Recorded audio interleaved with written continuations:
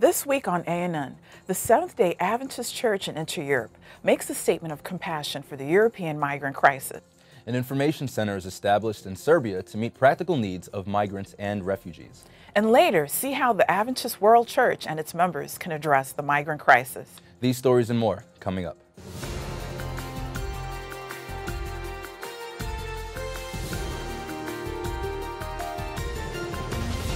This is ANN, a service of the Seventh-day Adventist World Church. Thanks so much for joining us this week. First in the news, as the European migrant crisis continues with tens of thousands of refugees and migrants fleeing to the continent from Africa, the Middle East, and South Asia, the Seventh-day Adventist Church in Inter-Europe made a statement of compassion. While the church recognizes that Europeans have the right to demand better border protection and the prevention of human trafficking, church leaders in the territory empathized with the migrants, saying, like millions of Europeans, the immigrant story is also our story. The statement went on to say, we believe that these people are doing what any of us would do if we had an opportunity for a better life for our families and children. They take the risk of coming here. Many of them are extraordinarily impoverished and are claiming back their dignity as human beings. To see the full statement, visit news.adventist.org. The Adventist Development and Relief Agency has also responded to the migrant crisis with the creation of a refugee center in Belgrade, Serbia. The agency, in partnership with the United Nations High Commissioner for Refugees and other local humanitarian groups, recently opened an Asylum Information Center. The center provides refugees with reliable information and resources about their rights in their own languages, including Arabic, Urdu, Farsi, Pashto, English, and French. Refugees are also able to get information on legal asylum-seeking procedures, everyday life issues, and medical or psychosocial support. Wi-Fi and computers are also available to the refugees and migrants free of charge. Also in response to the migrant crisis, ADRA Slovenia recently delivered a plane load of humanitarian materials to Malivos, Greece. Volunteers based in Malivos distributed 2.4 tons of supplies throughout the town to migrants from Syria, Iraq, Afghanistan, and Somalia. The supplies that were distributed were collected in Slovenia only a few days before they reached Greece. Maja Ahak, country director of ADRA Slovenia, said, Slovenian people are known for their generosity. When the help is needed, they provide. He went on to say, we had a great response and a lot of volunteers came and helped. We wanted to unpack this troubling topic of the European migrant crisis to discover the cause and how individuals can help. I sat down with Ganoon Diop and Thierry van Bignoot to discuss why thousands are fleeing their homes in the Middle East and North Africa, and to learn more about the Seventh-day Adventist Church's response to the ongoing crisis. Hi, welcome Thierry van Bignoot and Ganoon Diop. Thank you so much for joining me today. You're very welcome. And one of my questions to start off with, what are some of the reasons people are leaving their countries to go to Europe or even some other parts of the Middle East? When people are despair because of the scourges of war, for example, and that means insecurity, that means lack of peace, and that means lack of hope. And therefore, when people feel trapped, there's no relief in sight, so they're desperate. So they are trying to find better ways to assume their future. And this is the desperation you see, people leaving everything, and actually forced in many of the cases, forced to leave everything to flee. First of all, for their own life, security, and then try to find basically greener pastures. Oh, wow. That's so true. And what countries are they leaving? Well, currently we can say that mainly because of the situation in Syria, because maybe 34% of migrants or asylum seekers come from that country when you think about it, because of, again, war, uncertain future. And if I may add to this as well, I think really what we're seeing currently in Europe is really a result of a crisis that has been looming for many years now. As Ganoon has just mentioned, I mean, this whole crisis in Syria has started about more than 4 years ago. And to start with, most of those population fled to the neighboring countries like Lebanon, Jordan, Turkey, and if I can give you just an example of one country like Lebanon, where currently there are 1.4 million refugees in a country of only 4 million people.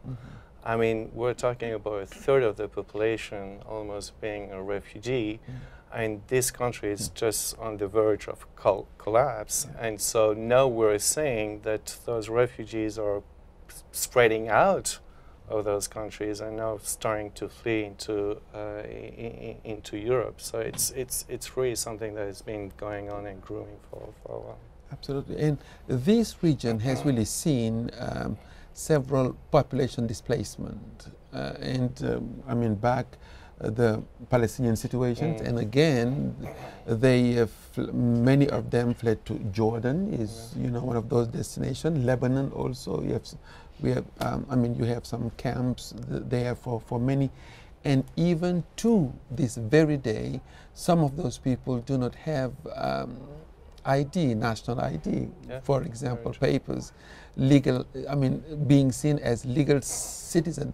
So this migration now towards Europe, these people are hoping for a better treatment. And sure enough, when you see the way Syrian refugees were treated, just comparing the situation in Hungary and then how they were welcomed in Germany, for example, with a promise to legalize their presence and so forth. So that is bringing, but again, this comes to my basic premise that this is a crisis of hope, and people go where they can find hope for a better future. This is extremely important in that sense. And why do you think Christians should pay attention to this? We definitely need to pay attention because, I think we all believe on the humanitarian principle that really drives all of the civil society and so on. This humanitarian principle is really believing that every human rights has the same rights, legal rights, meaning that every human being has right to have all their basic needs covered: food, shelter, work, right to be able to earn a living for themselves. And I think that's really something that is coming directly from the Bible principle as well, because this is something that even Jesus has taught us, that we're all the same and equal regardless of our religion or race, which country we are coming from. So I think that we as Christians were definitely, when we see all these pictures, when we see all these testimonies of people, it really touches our heart because it really touches. Thank you so much, Ganoun and Thierry, for joining me, and learned so much about what's going on with the migration and all the problems going on in the world. Thank you so much. Okay. God bless. My pleasure. Coming up, government officials in Vietnam acknowledge an Adventist youth program for 2 community service projects.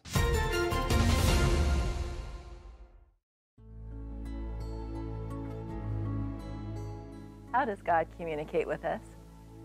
Through the scriptures primarily, through his written word, but also through nature, through divine providences, through impressions on the heart from the Holy Spirit. But God also communicates to us through his servants, the prophets. Many decades ago, I read the little book, Steps to Christ, the most published devotional book ever written by Ellen G. White. That experience revolutionized my life. I have renewed that relationship with Jesus virtually every day since by reading first the scriptures and then the writings of Ellen White, a few pages every day. I have found that not only does she help me understand who Jesus is and how much he wants me to be in heaven, but also how to apply the principles of the Bible in my everyday life. I find her to be a practical, common sense prophet. I challenge you to read Ellen White's writings and find if they are not an agency that God uses not only to direct you to his heart of love, but also to the scriptures, to the written revelation of his will. I have found for myself that the writings of the prophets not only strengthen my desire and my will to know and obey and love God with all my heart, but also to look into the very heart of God. God has always been in my life. I call Him on all the things that He allows me to call Him on by claiming the promises. One of them was when I was a little boy, I wanted a train set, but I didn't have any money. But I had a few bucks. But I turned around and took to church, and I turned around and put it all in a tire envelope, and I turned around and I said, okay, Lord, I gave you everything I have, just like the widow's mite. Now you have to bless me because you said you would. So that summer I got so many more jobs, cutting lawns and everything like that, and I made more than enough money to buy the train set that I wanted when I was a little kid. And that works all the way up through to my life now. I run into a financial problem. I'm not saying that you should do it this way, but I've always taken money, lack of a better word, and put it in a tithe envelope and said, God, I'm claiming your promise, make it happen. And it's faith.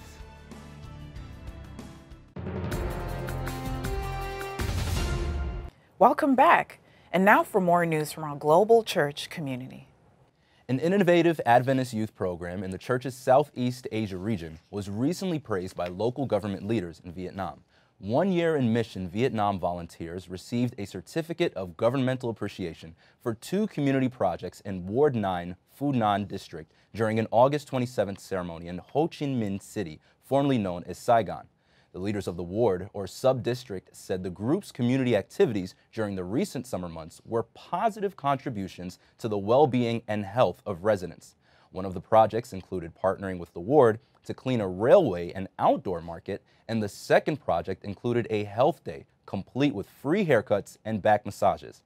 In addition to these 2 projects, the group partnered with other wards and organizations to meet community needs throughout the past year.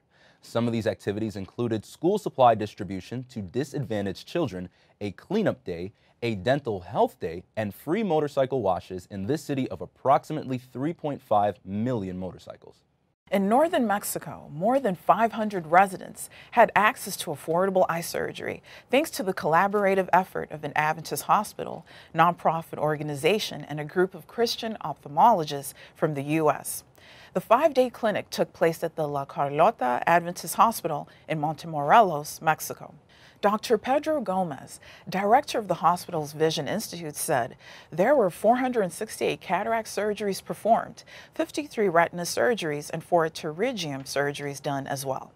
According to Juan Carlos Pedraza, who organized the logistics of the event, cataract surgery, which cost more than $1,100, was provided to the visitors of the clinic for $236. 7 specialists worked with a group of 21 local technical assistants, medical staff, and spiritual leaders throughout the 5-day period. Members from several Adventist churches in Montemorelos provided lunch and dinners. The church members also talked and prayed with patients. According to hospital officials, La Carlota Adventist Hospital has hosted this type of event up to 3 times a year since 2008. Down in the South Pacific, the Seventh-day Adventist Church in Tonga participated in the official events surrounding the coronation of King Tupou VI. Record in Focus has more. The proud Polynesian nation, which has never been colonized, welcomed thousands of Tongans and overseas dignitaries to the coronation. As well as observing the indigenous traditions of Tonga, the royal family asked for the nation's churches to be involved in different aspects of the 3-day celebration. The Adventist Church was given charge of the early morning program, prayer, 30 minutes of physical exercise, and breakfast. Church leaders said it was a great way to build relationships and a sense of community. And finally in the news this week, as the only Adventist school on the Caribbean island of Vieques begins its 2nd year, leaders are celebrating the growing student body. Vieques is an island municipality of the Commonwealth of Puerto Rico. According to local church leaders, Vieques Adventist Academy began its current school year with 47 students, which tripled the 15 students who were enrolled in the school's pilot program last year. Vieques Adventist Academy, which is located on the premises of the only Adventist church on the island, is also the only private educational institution in Vieques. David Sebastian, Communication Director for the Seventh-day Adventist Church in Eastern Puerto Rico, said, "We are so happy because this new academy will be of greater impact to the community and shed light on the church in a positive way, not only in the educational area, but with the work the church does in favor of the community." The school has 6 teachers, including the school's principal, all of whom are serving as missionary teachers. Still ahead, learn how you can help Hope Channel's upcoming ministry to the deaf. But up next, see what's in the latest edition of Ministry Magazine.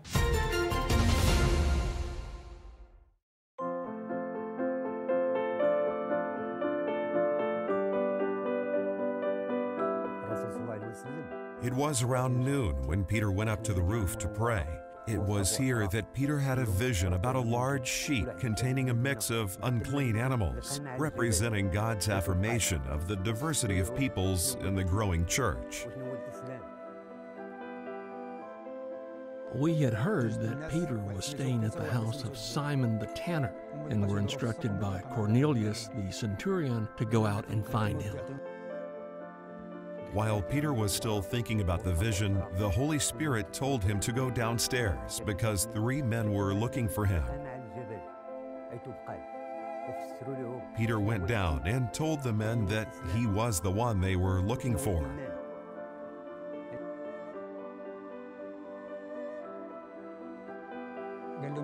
We then told Peter that Cornelius the centurion had been told by an angel that Peter would come and see him at his house. So, unbeknown to Peter, Cornelius was already expecting his visit to Caesarea. What happened here was quite unusual, just the fact that Peter entered the house. Remember that it was against the law for a Jew to associate with or visit a Gentile. Cornelius told Peter how 3 days earlier he had been praying in his house when an angel had appeared before him. Peter shared with Cornelius his new understanding that God does not show favoritism and is the Lord of all. This was a real turning point.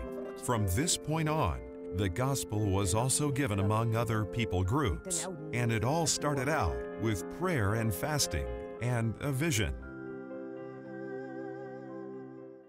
Меня зовут Азанетта, и я говорю по-русски. Есть так много замечательных видеофильмов, но так мало из них переводятся. Вы можете помочь. Join the Amara translation and caption team today. Amara is easy to learn and fun. You can volunteer in your free time. Join this community today and provide great content in your language. The American Diabetes Association estimates that 1 in 4 Americans older than 20 have prediabetes. Researchers examined the 8 to 10-year incidence of prediabetes in 5,477 participants aged 35 to 56 years old who kept food diaries of how much whole and refined grains they ate. A higher intake of whole grain was associated with a 34% lower risk of developing prediabetes. That's a fact. But there's hope. Eating whole grains is associated with a decreased risk of prediabetes, a blood sugar elevation that can precede diabetes. You can lower your risk by making the switch from refined wheat products to eating more steel-cut oats, brown rice, whole wheat, popcorn, and other grains in which the entire kernel is consumed.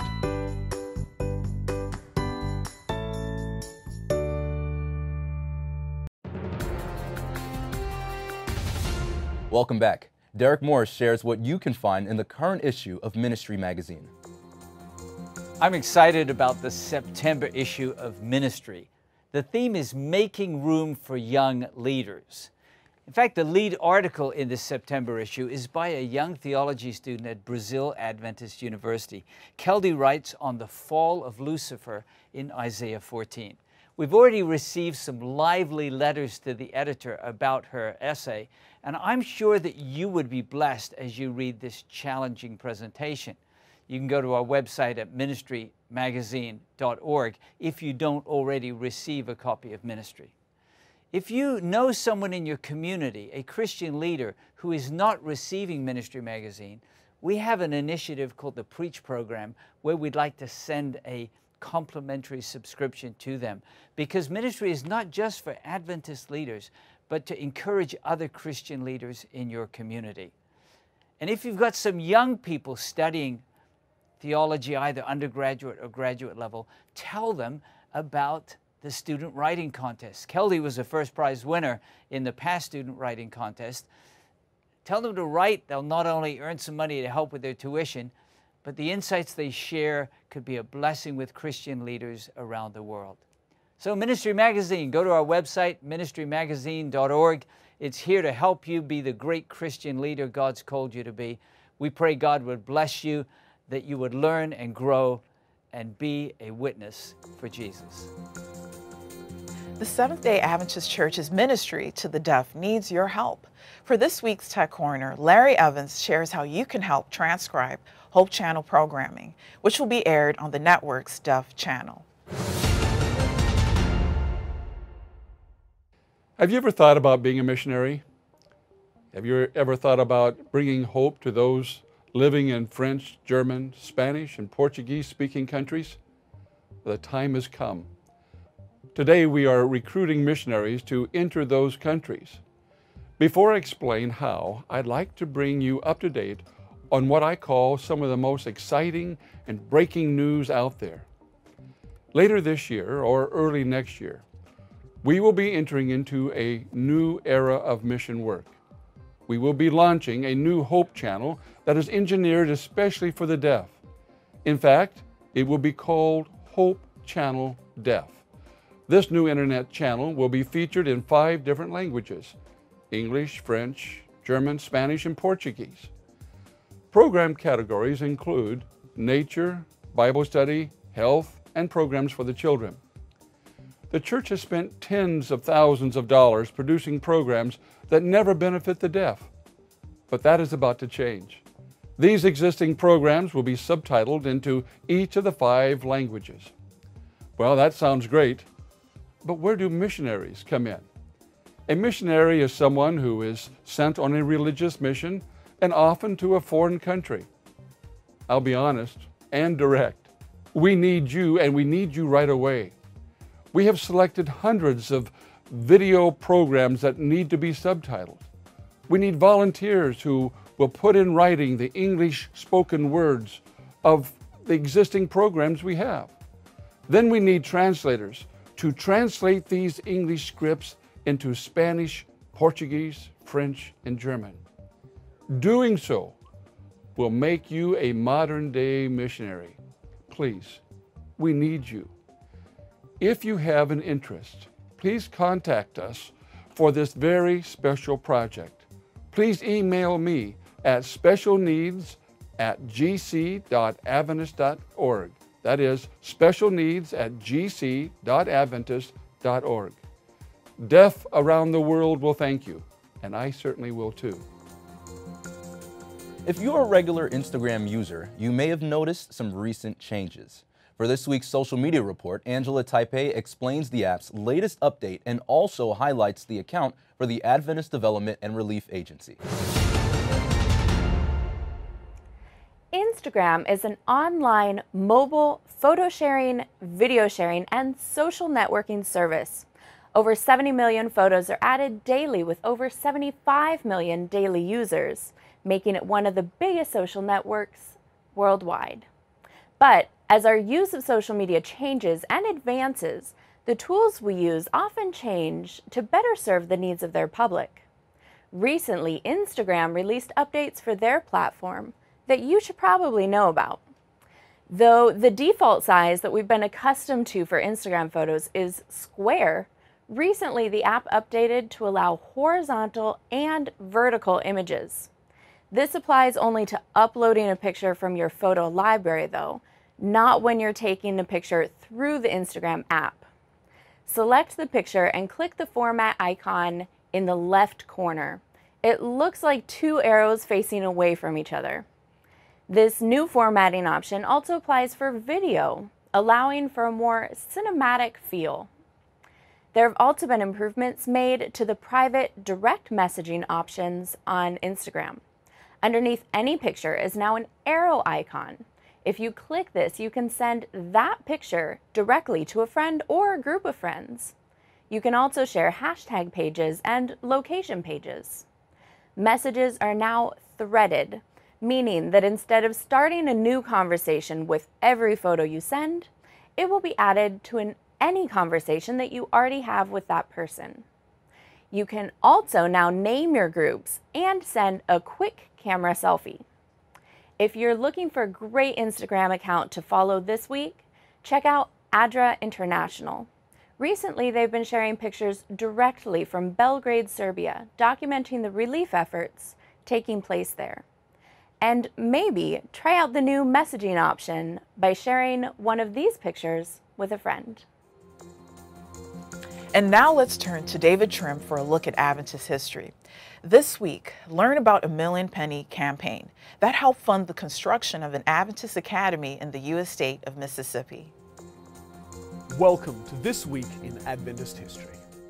On September 8, 1888, pioneer missionary to the American South, J.M. Reese, organized a church of 10 members in Graysville, Tennessee, a village north of the city of Chattanooga.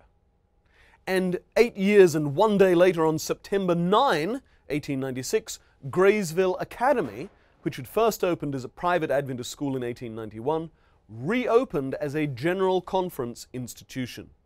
In 1916, the school moved to a site east of Chattanooga and became Southern Junior College, the predecessor of today's Southern Adventist University. Also on September 9, but in 1960, Jose Lopez, a Spanish minister and nurse, arrived with his wife, who was also a nurse, in Equatorial Guinea, the first Adventist missionaries to that country. They opened a dispensary and held evangelistic meetings, and 18 months later, the first 2 local converts were baptized. On September 10, 1961, Bass Memorial Academy opened near Lumberton in the U.S. state of Mississippi. Construction of the Academy's buildings had been made possible by vigorous fundraising by church members in the Gulf States Conference, including attracting donation of 1,242,221 1-cent coins in what was called a Million Penny campaign.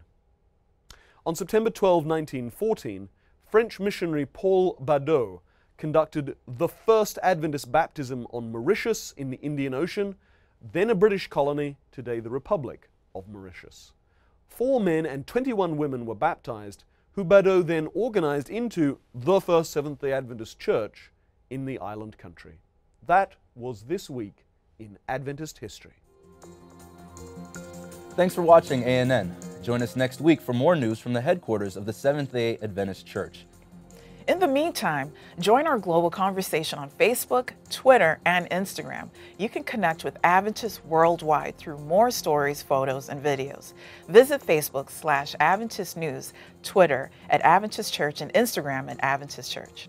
Our good news for this week comes from the book of Matthew, chapter 11, verse 28. The passage says, "Then Jesus said, 'Come to me, all of you who are weary and carry heavy burdens, and I will give you rest.'" That's our program for this week. And remember, you can always visit news.adventist.org for daily news and videos. Until next time, God bless. Take care.